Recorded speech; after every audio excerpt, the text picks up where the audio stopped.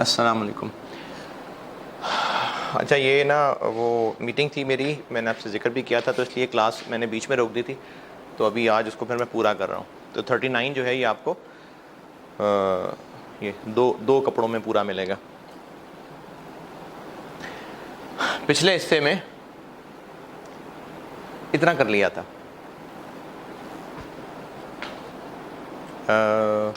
दुरूद शरीफ पढ़ लें, दुरूद शरीफ पढ़ लें।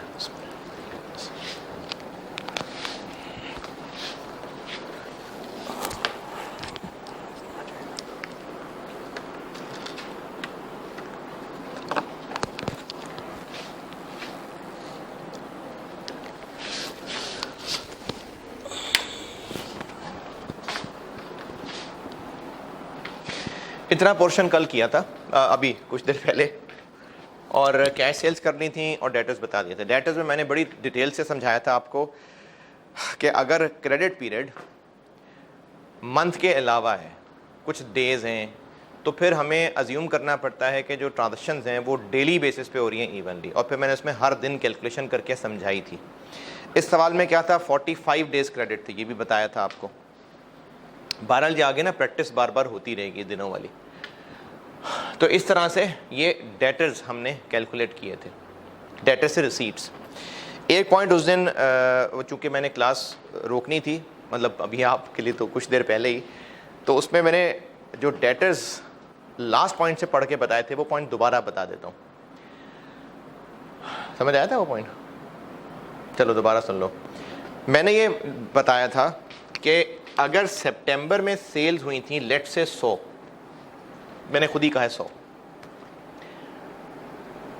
Debtor debit sales credit, debtor debit sales credit, debtor debit sales credit, सितंबर एंड तक एक भी डेटर ने पैसा नहीं दिया। फर्ज करें पहला ही महीना है, सेल्स हुई है 100, एक भी कस्टमर ने एक भी रुपया नहीं दिया, तो डेटर्स का बैलेंस कितना आ रहा होगा एंड पे? पूरा 100 आ रहा होगा। तो अगर डेटर्स का बैलेंस 100 आ रहा है और हमें यह पता है कि इस महीने से रिलेटेड सेल्स का 1 रुपया भी नहीं मिला, तो यकीनन सेल भी इस महीने की 100 ही थी। तो इसी सवाल के अंदर 45 डेज क्रेडिट का मतलब है कि सितंबर में जो पहले दिन सेल हुई थी उसका कैश भी जाके अक्टूबर के 16 तारीख को आना है। तो पहली तारीख का पैसा भी अभी तक नहीं मिला, इसका मतलब सितंबर के एक भी दिन की सेल का पैसा नहीं मिला। तो वो जो सवाल में लिखा हुआ था कि इस दिन डेटर्स का बैलेंस, जो कि सितंबर की सेल से रिलेटेड वाले डेटर्स थे, अच्छा इसका मतलब ये नहीं कि डेटर का सितंबर एंड पे क्या बैलेंस था, क्या पता अगस्त के भी कोई बैलेंस आ रहा होता। नहीं, डेटर्स का बैलेंस जो था ना, अगस्त वाली फिगर क्या है? 3, और सितंबर वाली जो डेटर्स का बैलेंस था ना, असल में वो 86 है। जो 1 अक्टूबर को डेटर का बैलेंस दिया हुआ वो 86 है। उस 86 को 2 टुकड़ों में लिखा हुआ है कि ये वो पैसा है जो अगस्त वाले सेल से रिलेटेड अभी तक रिसीवेबल था, और ये वो पैसा है जो सितंबर वाली सेल से रिलेटेड अभी तक रिसीवेबल है। तो 1 अक्टूबर पे डेटर्स 8600 हैं, 56 में वो 3000 शामिल है, 56 में 3 शामिल है, 8600 इस तरह बना है। जो चीज़ें अगस्त में बेची गई थी उनसे रिलेटेड अब तक जो पैसा पेंडिंग है वो 3000 है। जो चीज़ें सितंबर में बेची गई थी उनसे रिलेटेड पैसा पेंडिंग अब तक 56 है। 56 में 3 शामिल है? नहीं, वो और महीने की सेल्स का आउटस्टैंडिंग पैसा है, ये और महीने की सेल्स का आउटस्टैंडिंग पैसा है, टोटल 86 है। तो सवाल में एक बुरी ड्राफ्टिंग है, धोखा है, इतना अच्छा क्लियर नहीं किया हुआ। टोटल 86 है, 86 करके नहीं दिखाया हुआ सवाल में, लेकिन कह रहा हूं टोटल 86 है, क्योंकि लिखा हुआ है कि वो डेटर्स जो रिलेटिंग टू सितंबर की सेल्स थे वो 56 है। यानी जो सितंबर में सेल्स हुई थी उस हवाले से जो अब तक पेंडिंग है वो इतना है, और वो जो अगस्त में सेल हुई थी उस हवाले से पेंडिंग 3000 है। यानी टोटल डेटर 1 अक्टूबर पे इतना है। तो सितंबर से रिलेटेड चूंकि एक भी पैसा अभी तक नहीं मिला, इसका मतलब सितंबर में पूरी की पूरी फिर 5600 की सेल हुई थी, तभी तो उनसे रिलेटेड डेटर्स में अब भी 5600 रिसीवेबल आ रहा है। तो मैंने फिर इसको सितंबर की क्रेडिट सेल ही मान लिया था, और इसका आधा पैसा अक्टूबर में और आधा नवंबर में लिया था। लेकिन जो अगस्त की सेल्स थी इनमें से आधा पैसा सितंबर में मिल गया था और आधा अक्टूबर में मिलना था। तो वो जो इस दिन पे डेटर्स का बैलेंस दिया हुआ था अगस्त वाली सेल में से, यानी जो पैसा भी नहीं मिला हुआ, वो पैसा ही जो नहीं मिला वो 3000 है। अगस्त की पूरी सेल 3000 नहीं है। क्यों अगस्त की पूरी 3000 क्यों नहीं?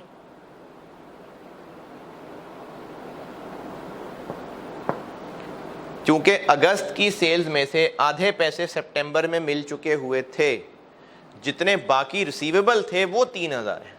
तो ये हैं ही वो जो अक्टूबर के शुरू में मिलने थे, तो इसको मजीद 2 से डिवाइड नहीं किया था, जबकि बाकी सबको आधा आधा किया था। ये डेटर्स की वर्किंग मैंने ब्रेक से पहले की थी। क्रेडिटर्स पे आते हैं। क्रेडिटर्स की पेमेंट के लिए चाहिए परचेजेस, और सवाल में परचेजेस नहीं है, सवाल में दी हुई हैं सेल्स। क्रेडिटर्स की पेमेंट्स के लिए हमें परचेजेस चाहिए, जबकि सवाल में सेल्स दी हुई हैं। सेल्स से परचेजेस तक कैसे पहुंचें? सवाल में सेल और परचेजेस के दरमियान कोई ब्रिज, आपको ग्रॉस प्रॉफिट की परसेंटेज बताई हुई है, ग्रॉस प्रॉफिट, वहां से परचेजेस तक नहीं पहुंच सकते। सेल से पहले कॉस्ट ऑफ सेल तक आएंगे, फिर कॉस्ट ऑफ सेल से परचेजेस तक जाएंगे। ये दो अलग अलग रिलेशन है। सेल्स और कॉस्ट ऑफ सेल के दरमियान क्या होता है? जीपी। कॉस्ट ऑफ सेल और परचेजेस के दरमियान क्या होता है? ओपनिंग और क्लोजिंग स्टॉक। देखें, opening stock, purchases, closing stock, ये बनती है कॉस्ट ऑफ सेल्स, और कॉस्ट ऑफ सेल्स में जीपी ऐड करते हैं तो बनती है सेल्स। तो सेल से परचेजेस तक कैसे पहुंचे?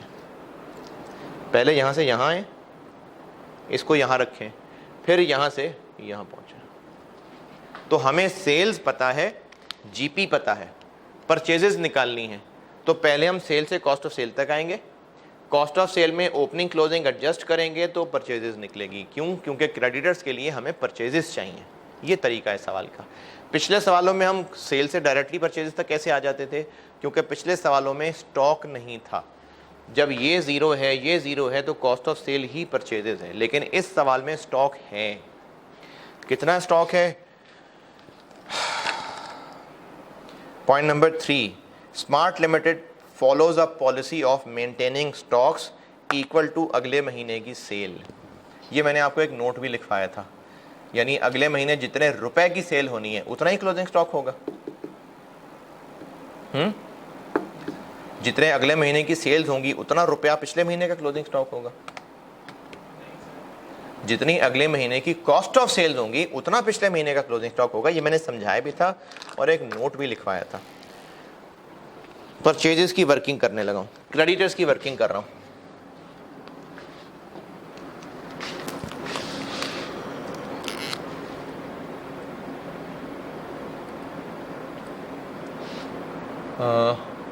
क्रेडिटर्स की क्या टर्म्स हैं?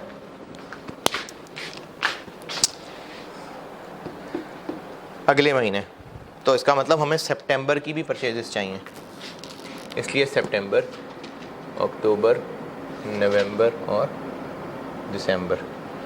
जनवरी की भी दी हुई है तो मैंने उसको भी लिख लिया। क्यों लिख लिया? अभी आपको फ़ायदा पता चल जाएगा।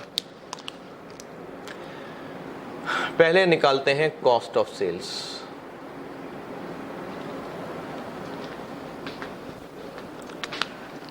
बल्कि मैंने फिगर इस्तेमाल करनी होंगी, ज़बानी बोलूँगा, फिर आपको वो ज़बानी समझ नहीं आएगी। तो पहले मैं सेल्स लिख रहा हूँ। अक्टूबर की सेल्स कितनी?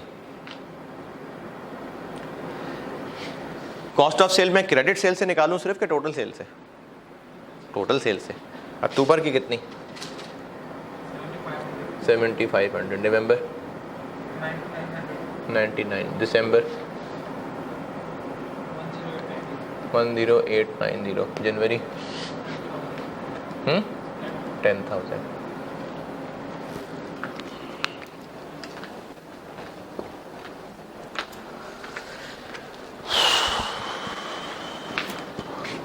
सितंबर की सेल्स निकाल सकते हैं?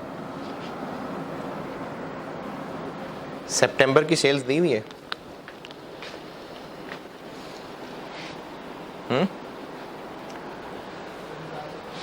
सितंबर की सेल्स तो नहीं दी, लेकिन डेटर्स की वर्किंग करते हुए मैंने ये कहा था कि सितंबर की क्रेडिट सेल्स 5600 थी, तो 56 यहाँ लिख दूँ? क्यों? वो क्रेडिट सेल थी, तो टोटल सेल्स तक कैसे पहुंचे? 5600 80% था, तो 80 से डिवाइड करें, टोटल सेल्स आ जाएंगी।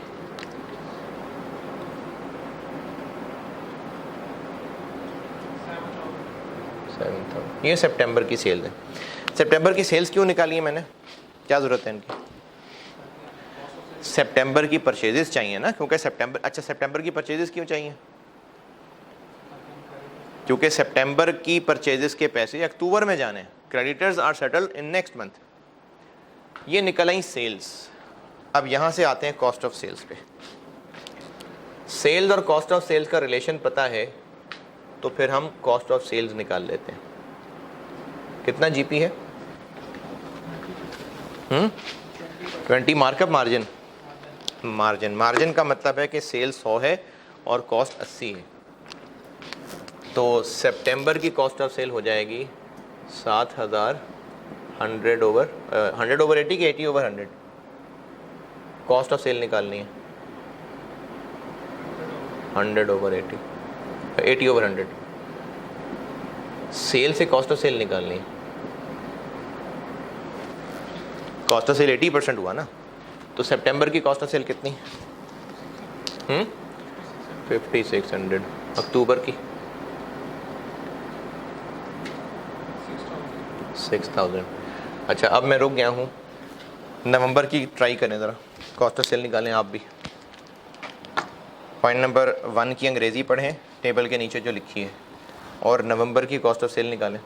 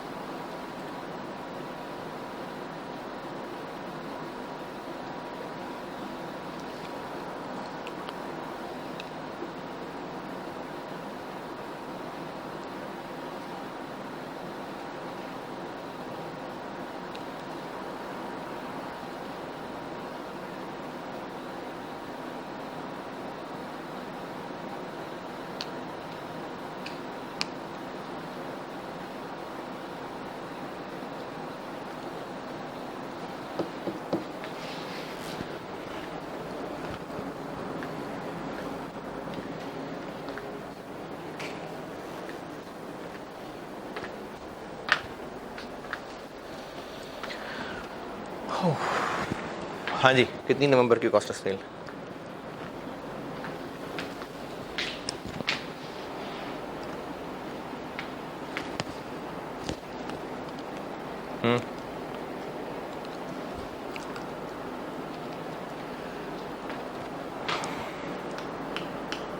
कैसे निकालेंगे? चलो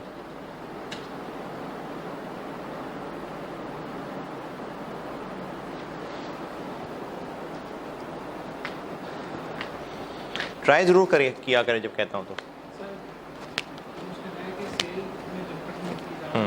प्राइस में 10% इंक्रीज आ गया, ठीक है ठीक है।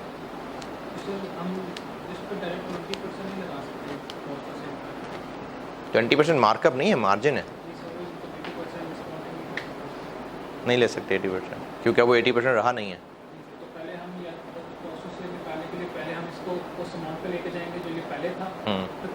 हाँ, इसके दो तरीके हैं।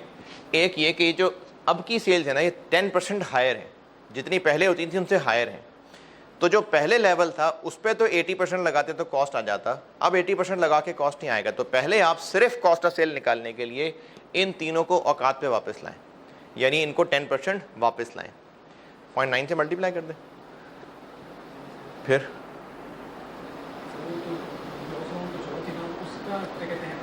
अच्छा, ये ना एक छोटी सी बात है, लेकिन ये बहुत बड़ी बात भी कुछ लोगों के लिए हो सकती है। ये जो 9900 है, ये जो 9900 है, ये जो बात अभी बता रहा हूं ना, ये आपको अगर आती भी है फिर भी दोबारा गौर से सुन लें, क्योंकि ये बहुत सारे बच्चों को ये बातें नहीं पता, और अगर पता चली भी होंगी तो बड़े अरसे बाद पता चली होंगी। और ये बड़ी टेक्निकल बात बताने लगा हूं। कॉस्ट अकाउंटिंग में ये काम होना है बहुत ज्यादा। 9900 10% इंक्रीज होने के बाद है। मैं ये कह रहा हूं कि इस 9900 पे हम कॉस्ट ऑफ सेल 80% लगा के नहीं निकाल सकते। क्यों नहीं निकाल सकते? क्योंकि जब ये प्राइसेस बढ़ गई तो सेल और कॉस्ट ऑफ सेल का रिलेशन 80% नहीं रहा। तो हम ऐसा करते हैं, इसमें से प्राइस इंक्रीज निकाल लेते हैं ताकि ये पुरानी प्राइस पे चली जाए, और फिर उसका 80% लेंगे तो वो कॉस्ट होगी। पहले तो ये बात ओके। अब मैं सवाल पे बाद में आता हूं। एक चीज समझा रहा हूं जो कॉस्ट अकाउंटिंग में काफी ज्यादा होगी। ये 10% हायर है, हमें इसको वापस लेके जाना है। तो क्या करूं? 9900 में से उसका 10% माइनस कर दूं।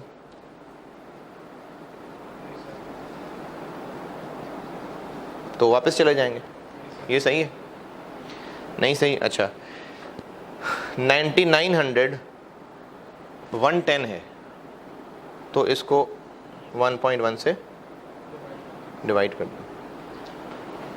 और ये जो ऊपर किया है ना, ये मैंने टेक्निकली क्या किया है, ये इन दोनों में से कौन सा सही है? इन दोनों का आंसर फर्क आएगा। क्यों फर्क आएगा? क्योंकि 9900 में से 9900 का 10% हम माइनस कर रहे हैं, तो इसका मतलब 9900 into 0.9 कर रहे हैं। यहां पर हम क्या कर रहे हैं? हम ये कह रहे हैं कि 9900 10% ऐड करने के बाद है, यानी ये 110 है। तो इसमें से 110 में से 10 माइनस करेंगे तो 100 तक पहुंच जाएंगे। 110 में से 10% माइनस करेंगे तो 100 तक पहुंच जाएंगे। किसका 10%? 110 का 10%, 100 का 10%। जब भी हम दो फिगर्स में इंक्रीज डिक्रीज या चेंज ले रहे होते हैं, यानी एक फिगर थी 500, एक फिगर थी 550, अगर ये बोला जाए कि यहां से यहां 10% इंक्रीज आ गई है तो ये बात सही है। अगर बोला जाए कि यहां से यहां 10% डिक्रीज आ गई है तो ये बात सही है। दोबारा सुने, पिछले साल सेल्स 500 थी, अगले साल 10% हायर होंगी, 10% इंक्रीज हो जाएंगी, तो 550 हो जाएंगी ना। ये जो 550 है ये पिछले साल से 10% ज्यादा है, ये पिछले साल से 10% ज्यादा है, तो इसको 10% कम कर देते हैं। फिर नहीं, जब भी परसेंटेज इंक्रीज बताई जा रही होती है, परसेंटेज इंक्रीज या डिक्रीज जब भी बताई जा रही होती है, पहली बात तो ये याद रखें कि जब भी कोई चीज परसेंटेज है तो वो किसी का परसेंटेज, जैसे जीपी मार्जिन 20% है, किसका परसेंटेज है? किसका 20%? जीपी मार्जिन, सेल्स का 20%। 25% मार्कअप है, किसका 25%? कॉस्ट का 25%। तो जब भी कोई चीज परसेंटेज में होती है, यकीनन वो परसेंटेज किसी ना किसी पे अप्लाई होनी होती है कि किसका परसेंटेज। ये बात तो क्लियर है ना। नॉर्मल लॉस 5%, किसका 5%? इंस्पेक्टेड यूनिट्स का। नॉर्मल लॉस 10% ऑफ आउटपुट, किसका 10%? आउटपुट का 10%। तो जब भी कोई चीज परसेंटेज चेंज बताई होती है तो वो किसी ना किसी चीज पे अप्लाई होनी होती है। आपने वर्डिंग पे गौर करना है। जैसे अगर मैं कहूं कि मैं उस चेयर से 10 फुट दूर हूं, तो 10 फुट कहां से गिने जा रहे हैं? मैं उस चेयर से 10 फुट दूर हूं, तो 10 फुट गिनने का स्टार्टिंग पॉइंट क्या है? मैं उस चेयर से 10 फुट दूर हूं, तो स्टार्टिंग पॉइंट क्या है? चेयर। अच्छा, मैं अगला जुमला बोलता हूं, मुझसे वो चेयर 10 फुट दूर है। बात तो एक ही है ना, मेरा और उसके दरमियान 10 फुट का फासला है, लेकिन सेंटेंस पे गौर करें। मैं उस चेयर से 10 फुट दूर हूं, 10 फुट गिनना कहां से शुरू होंगे? चेयर से। मुझसे वो चेयर 10 फुट दूर है, अब 10 फुट कहां से गिनना शुरू करेंगे? मुझसे। तो जब परसेंटेज बताई जा रही होती है तो इसमें गौर करना पड़ेगा कि परसेंटेज की चेंज शुरू कहां से हो रही है। जैसे पिछले साल की प्राइस से 10% ज्यादा अगले साल की प्राइस, तो इसमें स्टार्टिंग कहां से हो रही है? इससे। दोबारा 2019 की सेल्स से 2020 की सेल्स 10% हायर हैं। स्टार्टिंग पॉइंट क्या है? 2019 की सेल्स। एक और सेंटेंस, 2019 की सेल्स 2020 की सेल्स से 10% कम थी। 2019 की सेल्स 2020 की सेल्स से 10% कम थी। अब स्टार्टिंग पॉइंट क्या है? 2020। तो जिससे कम या ज्यादा है वो 100 है। मुश्किल हो गई बात बहुत। जब भी परसेंटेज इंक्रीज डिक्रीज बतानी है, देखें जब भी कोई चीज इंक्रीज हो रही है डिक्रीज हो रही है तो कहीं से हो रही है ना, कि यहां से डिक्रीज हो गई यहां से इंक्रीज हो गई, तो जिससे इंक्रीज या डिक्रीज है वो 100 है। 9900 के बारे में क्या लिखा हुआ है कि नवंबर से ऑनवर्ड प्राइसेस 10% से इंक्रीज हो गई थी। कहां से इंक्रीज हुई थी? जितनी अक्टूबर में होती थी, तो जितनी पहले होती थी वहां से इंक्रीज हुई हैं। तो वो जो पहले होती थी वो 100 है या ये 100 है? जो पहले होती थी वो 100 है, तो फिर ये 110 है। तो इसको जब वापस ले जाना है तो 0.9 से मल्टीप्लाई नहीं करना, 1.1 से डिवाइड करना, क्योंकि ये 110 है। ये कॉस्ट अकाउंटिंग में होंगी आगे बहुत कैलकुलेशंस।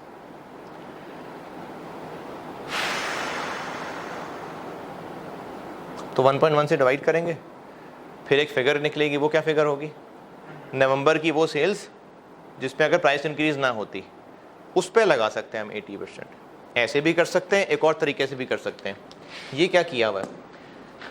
70, मैंने यूनिटरी मेथड लगाया हुआ है। 7500 अगर 100 है तो 80 कितना होगा? ये मैंने यूनिटरी मेथड लगाया है कि अगर ये 100 है तो 100 से डिवाइड, तो फिर 80 कितना होगा? 80 से मल्टीप्लाई। 9900 क्या है? 100 नहीं, ये 110 है। अगर ये 110 है तो 80 कितना होगा? तो यूनिटरी मेथड से कर लिया। 100 कैसे? पहले सेल प्राइस 100 होती थी, अब 10% बढ़ के 110 हो गई। तो अगर ये 110 है तो 80 कितना होगा? कॉस्ट तो अब भी 80 होगी ना। मैंने यूनिटरी मेथड लिखा है। पहले क्या करते थे? सेल 100 होती थी, कॉस्ट 80 होती थी, तो 100 से डिवाइड, 80 से मल्टीप्लाई। अब मैं कह रहा हूं कि सेल 110 होगी लेकिन कॉस्ट अब भी 80 होगी, तो 80 से मल्टीप्लाई और 110 से डिवाइड। इसी तरह से 10 890 80/110 और 10,000 80/110। तो नवंबर की कॉस्ट ऑफ सेल क्या हो गई?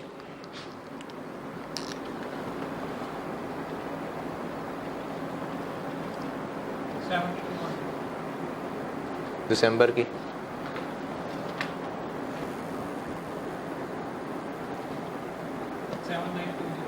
7920।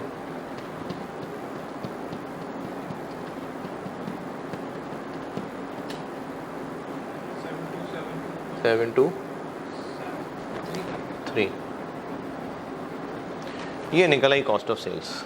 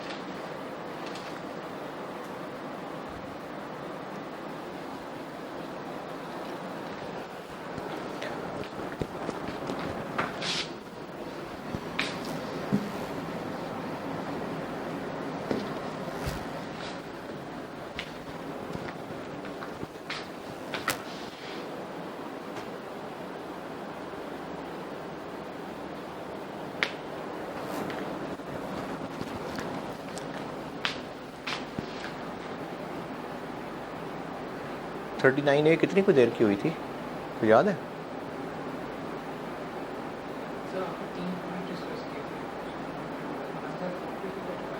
वही थी ना, अभी भी इतना तो हो ही गया।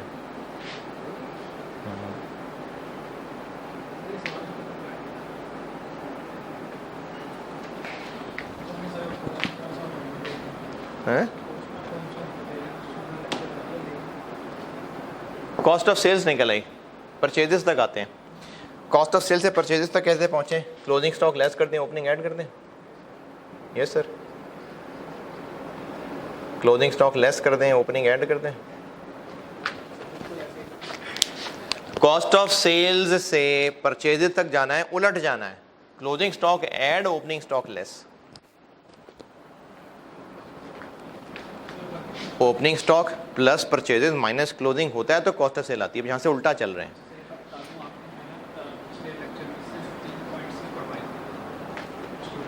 अच्छा हाँ, ब्रेक से पहले हमने सिर्फ इस सवाल में 3 पॉइंट्स पढ़े थे। अब पूरा सवाल पढ़ लें ज़रा, पूरे सवाल को अच्छी तरह पढ़ लें।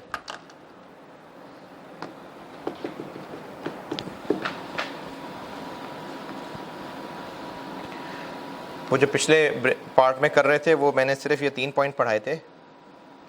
अब ये पूरा सवाल पढ़ लें।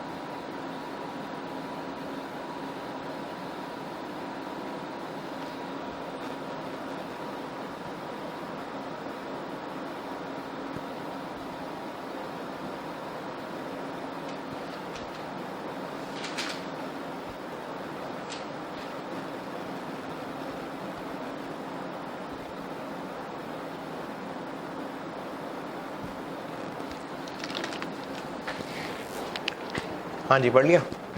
स्टॉक के बारे में लिखा हुआ है पॉइंट नंबर 3 के अंदर कि हर महीने की जो अगले महीने की सेल होती है वो पिछले महीने का स्टॉक रख लेते हैं। और इसके लिए आपको नोट भी लिखवाया था कि जब आपको स्टॉक को सेल के साथ रिलेट किया जा रहा है तो असल में वो कॉस्ट ऑफ सेल के साथ रिलेट किया जा रहा है। सितंबर का क्लोजिंग स्टॉक कितना होगा?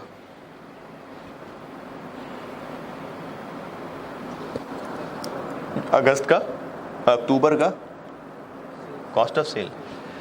अगर स्टॉक को सेल से रिलेट किया जा रहा है तो असल में वो कॉस्ट ऑफ सेल से रिलेट किया जा रहा है। तो जो लिखा हुआ है कि अगले महीने की सेल पिछले महीने का स्टॉक है, तो इसका मतलब है कि अगले महीने की कॉस्ट ऑफ सेल पिछले महीने का स्टॉक।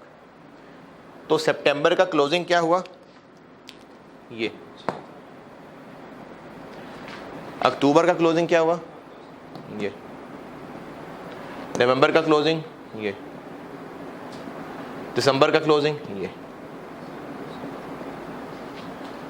इसलिए जनवरी की सेल्स दी हुई थी और ओपनिंग आसान है। सितंबर का क्लोजिंग है तो अक्टूबर का ओपनिंग होगा,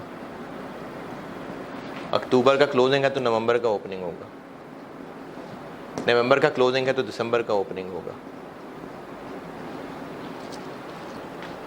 इसकी ज़रूरत नहीं है, बस ये हमें सिर्फ ये फिगर चाहिए थी, कम ही रह गई कुछ। सितंबर का ओपनिंग क्या है,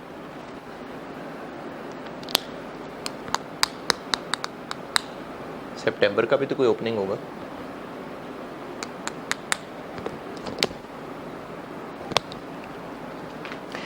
अगर अगस्त का क्लोजिंग पता हो तो सितंबर का ओपनिंग पता चल जाएगा।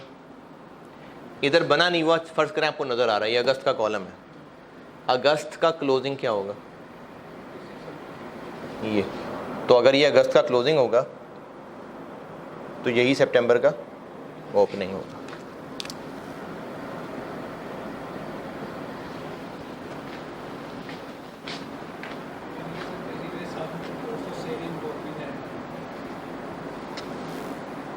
परचेजेस निकल आएंगे।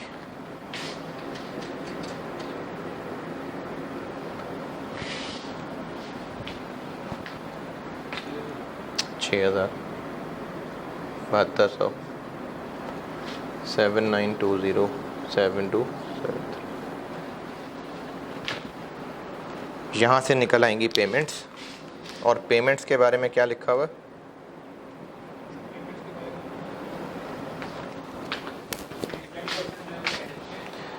%10 कैश पे है और बाकी अगले महीने। तो इसको कैश और परचेजेस क्रेडिट की बजाय अगर हम ऐसे कर लें कि 10% सेम और 90% नेक्स्ट मंथ, तो आंसर तो सही आ जाएगा ना। तो अक्टूबर में 10% इसका, 10% इसका और 10% इसका। अक्टूबर में 90 किसका, इसका 5400। नवंबर में 90 इसका,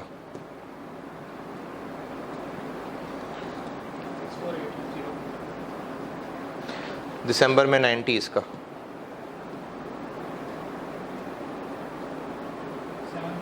सेवन। ये हो गई पेमेंट्स। अक्टूबर की पेमेंट 6120, 7272,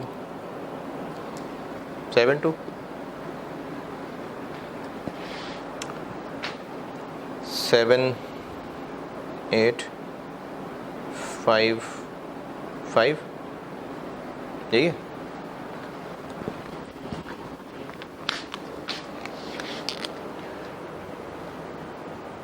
सिक्स 6120, 7272 और 7855, ये हो गए क्रेडिटर्स।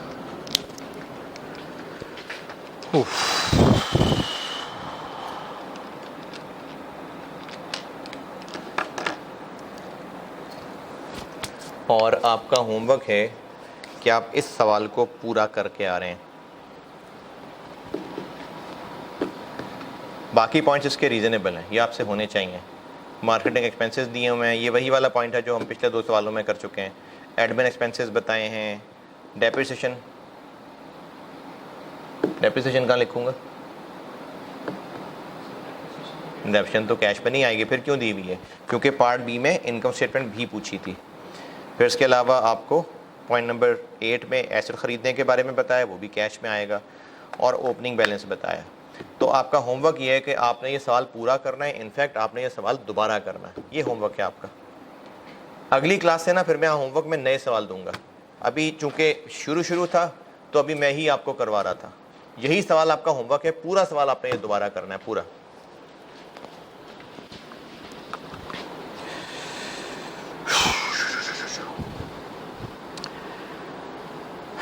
तिरमिज़ी में रिवायत है, सैयदना अबू हुरैरा रज़ी अल्लाह तआला अन्हु से रिवायत है कि रसूल अल्लाह सल्लल्लाहु अलैहि वसल्लम ने फरमाया, हया ईमान में से है, यानी ईमान का हिस्सा है, और ईमान जन्नत में लेके जाता है। और हया मैंने शायद पहले भी जिक्र किया था कि शर्म व हया का मतलब है कि इंसान अपने आप को कवर रखे। ये भी हया, आपको बेहयाई से फिर रहे हैं, मतलब खुले फिर रहे हैं, कपड़ों का कोई ख्याल नहीं है, तो ये बेहयाई हो रही है। फिर बुराइयां करने से रुके कि पर्दा रखना चाहिए, ऐसे में बुरे कामों में पड़ रहा हूँ, कोई देख रहा है, अब कोई देख रहा है तो फिर अल्लाह भी देख रहा है, तो बुराइयों से रुक जाना, कोई बुरी बात ना करना, नहीं ऐसी बुरा लगता है, ये हया है। तो हया ईमान का हिस्सा है और ईमान जन्नत में लेके जाता है, और बेहयाई कूड़ा करकट है और कूड़ा करकट आग में जाता है। अगली क्लास में इंशाअल्लाह मुलाकात होगी। अल्लाह हाफिज़।